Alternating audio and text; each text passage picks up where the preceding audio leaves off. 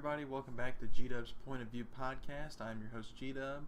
We are back for day 6 of the G1 tournament. Overall, I thought this was a great day. I apologize for not getting this out, pretty soon after the day. I just finished watching the show myself today. I had a ton going on over the weekend and just finally got a chance to watch it today, so I apologize for getting this out late. I still haven't even seen day 7 yet, so I'm hopefully going to get that video up tomorrow. Or later today, actually, when you're seeing this.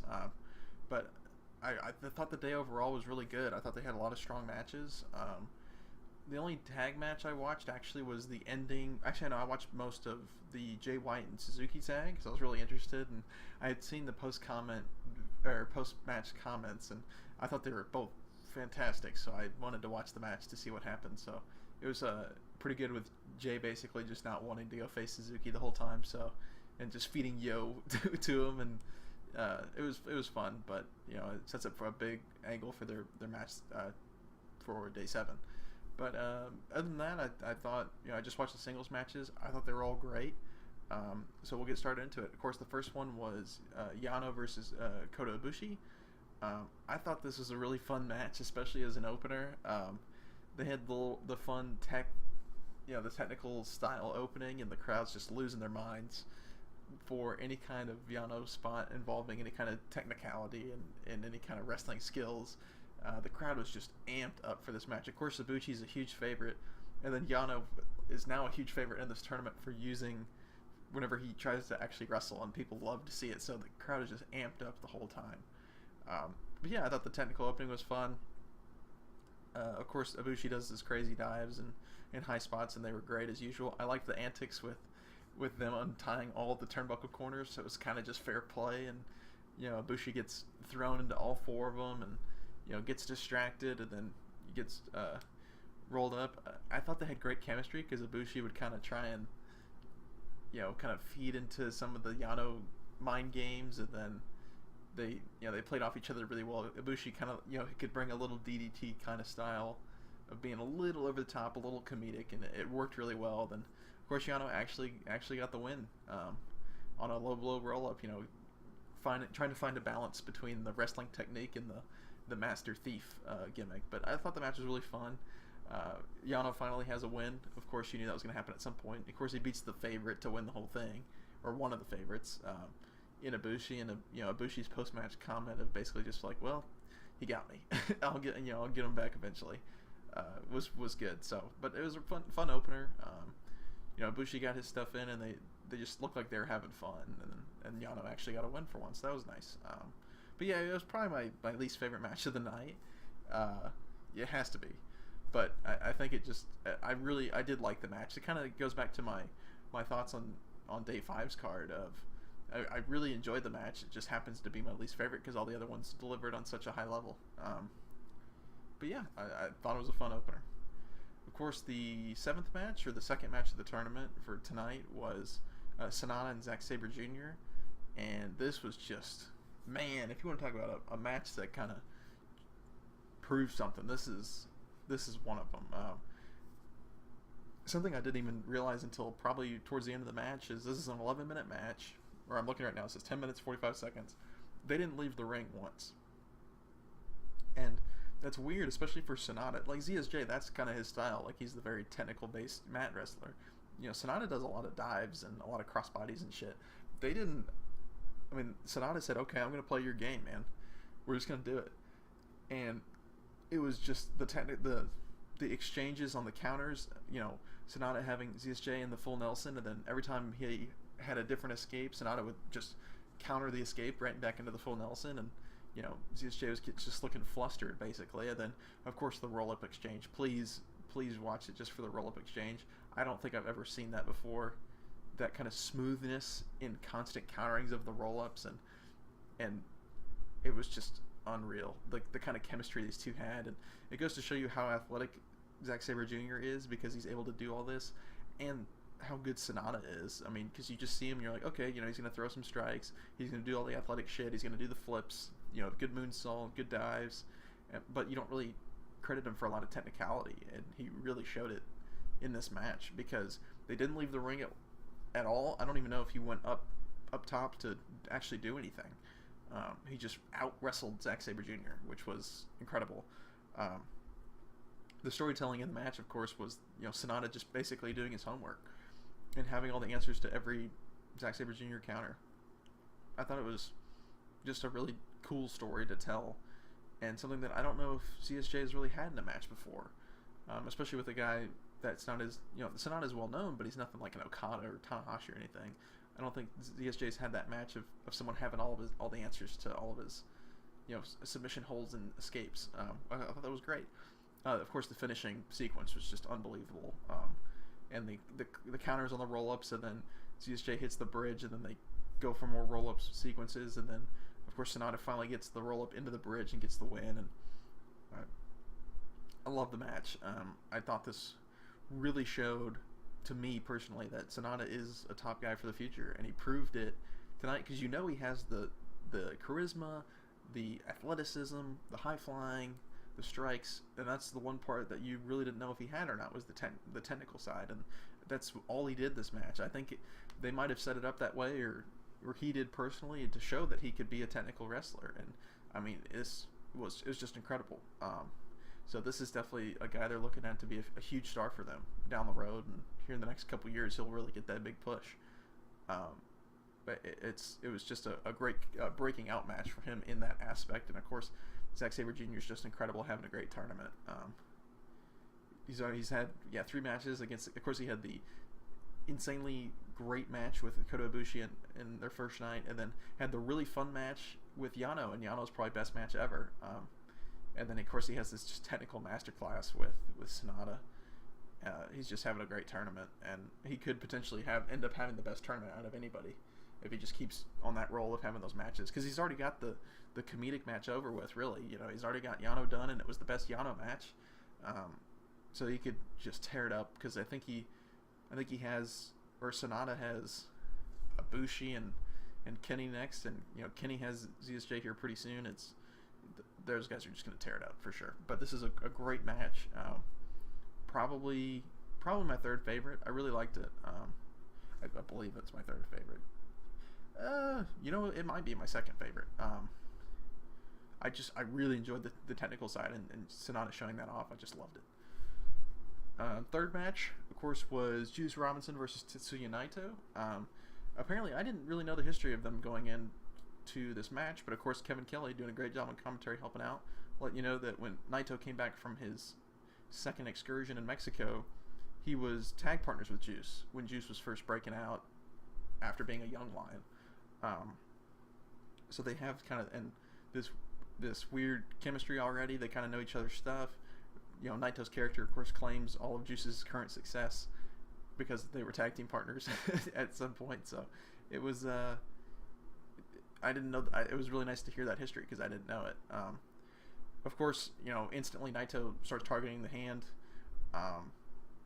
He even does like his normal corner drop kick, where he does the up and over, sweeps the leg, and then does the over the top drop kick into the chest. And Juice covered his face, and mid-air he changed the targeting to hit Juice's hand. Thought it was brilliant. Just perfect focusing on that throughout the match. The crowd was just unbelievably hot for this match, though. There was constant Naito chants, constant Juice chants. There's banners all around Korakuen that have LIJ banners and Juice banners, and people were wearing Juice merch, and they were just into this match so much, and it was just a great match.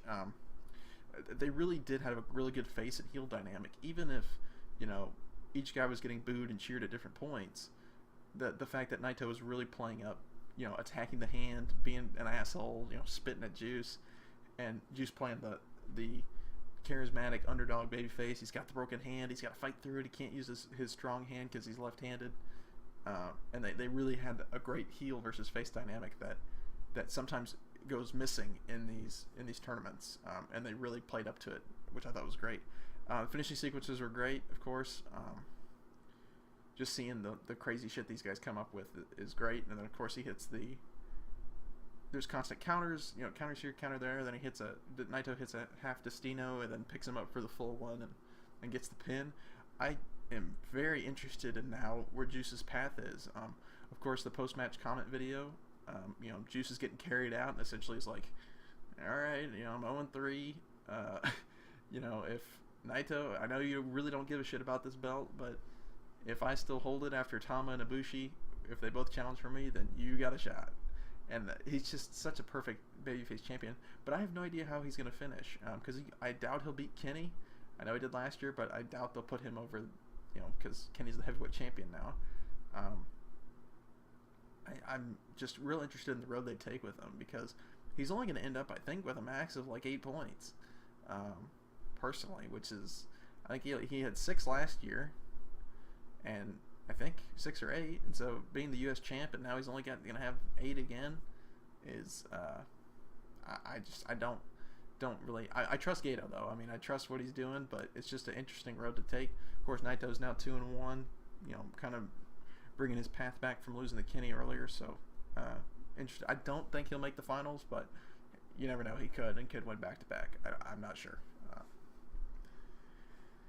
The semifinal match, but yeah, Naito and Juice was probably my 3rd favorite of the night. Or no, it was probably my 4th favorite for sure.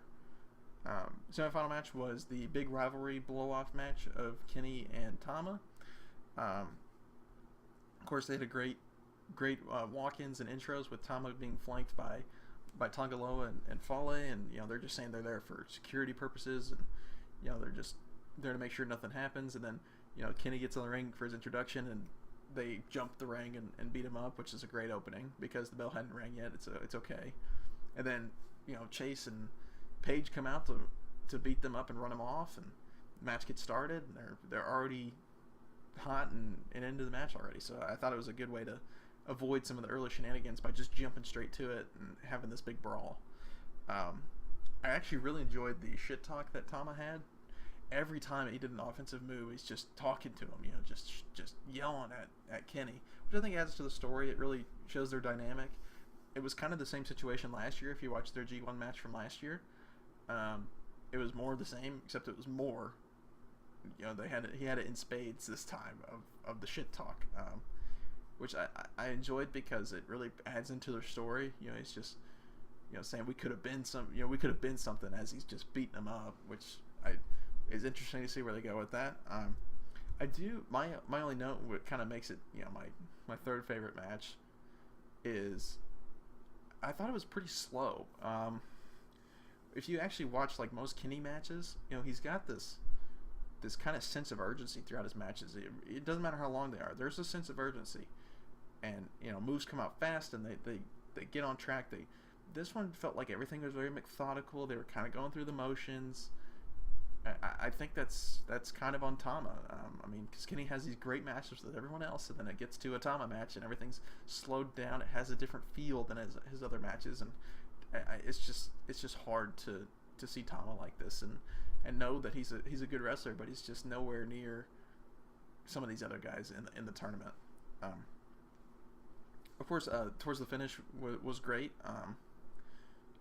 Tama goes for there's all the interference, and Tama goes for the Styles Clash on the chair, which is, I mean, the crowd went nuts when he picked him up for the Styles Clash. Of course, Red Shoes turns around, sees the chair, and he's like, "No, you're not doing that." Kicks the chair out of the ring. So Tama, gingerly sets down Kenny, just so that way it doesn't look like he actually tried to go for the move. And he's getting in Red Shoes' face, pushes Red Shoes. Red Shoes pushes back, yelling at him. Crowd's getting hype, and then Tama turns around and then instantly gun stuns Red Shoes. And I the first time I had seen the finish, I actually didn't know, they just randomly rang the DQ bell. But you actually could see Red Shoes is over there in the corner, and there's young lions with him, and he must have told them, like, get the ring guy's attention, because you see 2 of them like pointing their fingers and at the guy with the bell. So then he does the DQ bell. So of course Kenny wins. They're gonna go decapitate him with Fale and Low, and they got his head in a chair, and I think he's gonna try and hit a gun stun, and of course Ibushi and Paige and Owens hit the ring and run him off and take him to the back. Of course, huge pop for Ibushi. But yeah, the Red Shoes was the MVP of this match. Of course, he's had great spots with all the DQs. They had the chair attack on Kenny's leg, and so he was selling that a little bit. And of course, his neck's fucked up because they were going for the chair gun stun. So I'm curious if he'll sell the leg in the rest of the tournament or not, because Kenny's known for doing stuff like that of selling these big injuries throughout a tournament. So I'm interested to see. But yeah, the match was probably my third favorite, just because of the storyline aspect. But as far as an actual match goes, it was probably the worst match on the card. Maybe second worst, just because Yano did more cheating stuff. But definitely, Naito, Juice, and Sonata ZSJ were way better than this wrestling wise. But storyline wise and everything added, and this is probably the third favorite of the night. Of course, the main event comes around. You have Ishii going up against Goto. Man, what a fucking match! It's pretty crazy what these guys can do when they get together. Man, it's just, there's not many words to say about it.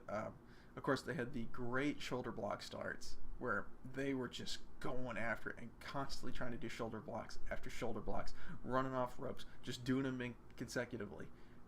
Man, it was hard hitting. It was, and one of my notes is it was brutally hard hitting. They are just inviting each other to hit them as hard as they can. They're just going insane. If you're not, or if you're pretty new to New Japan and you hear about this strong style, Nakamura is the king of strong style. What does that mean? This is a prime example of what strong style is. These are the best guys at it. And putting them together in a match is just magic. They had really good rivalry continuity. They're constantly challenging each other to hit each other harder, and bring it on. You're the champ. Bring it on. Of course, great job having the guy translating on English commentary, so he could kind of let you know what Ishii was yelling at Goto in the middle of the ring, basically saying, "You're the never champ. Come on, bring it." Which is great. It's great added to their rivalry because they are in the same stable, but there is kind of a competitive rivalry between them about who's the next biggest guy. The crowd was just unbelievably hot for this match. They apparently these guys are very loved over in Japan, and you could tell because, man, the crowd was just into it. They didn't care who was doing well either, because they'd chant for whoever, and it just really added to the match. They had the fighting spirit lariat trades. I thought those were perfect. Just the constant going for running lariats, and they're just standing stiff and just eating it, and going for their own, and the other guy's just eating it, and they're constantly doing it, and eventually they both hit one, and they both just collapse, and it was just, they were done perfectly. And both these guys, Ishii's kind of known, if you actually watch his matches, he's this Hoss guy, but he's so amazing at selling. And I think Goto was on his level this match. It was just great. They really sold for each other, and they of course they have the fighting spirit spots where they're summing up all their courage to hit a strike. But man, once they get hit with something, they get all woozy. They get on the knee.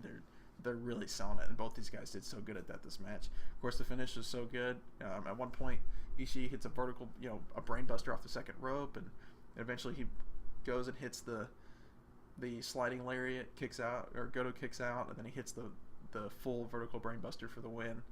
And just the selling of exhaustion for these two was great. They're both just laying there for like a minute and a half, just worn out. They're both taken to the back. Neither of them do interviews. If you look at the YouTube video for their post-match comments, it is 14 seconds long because it is 2 clips of them just being walked past the comments area, which I thought was great. Such great selling on their match.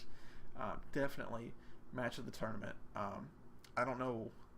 There's not much that's gonna be able to top that.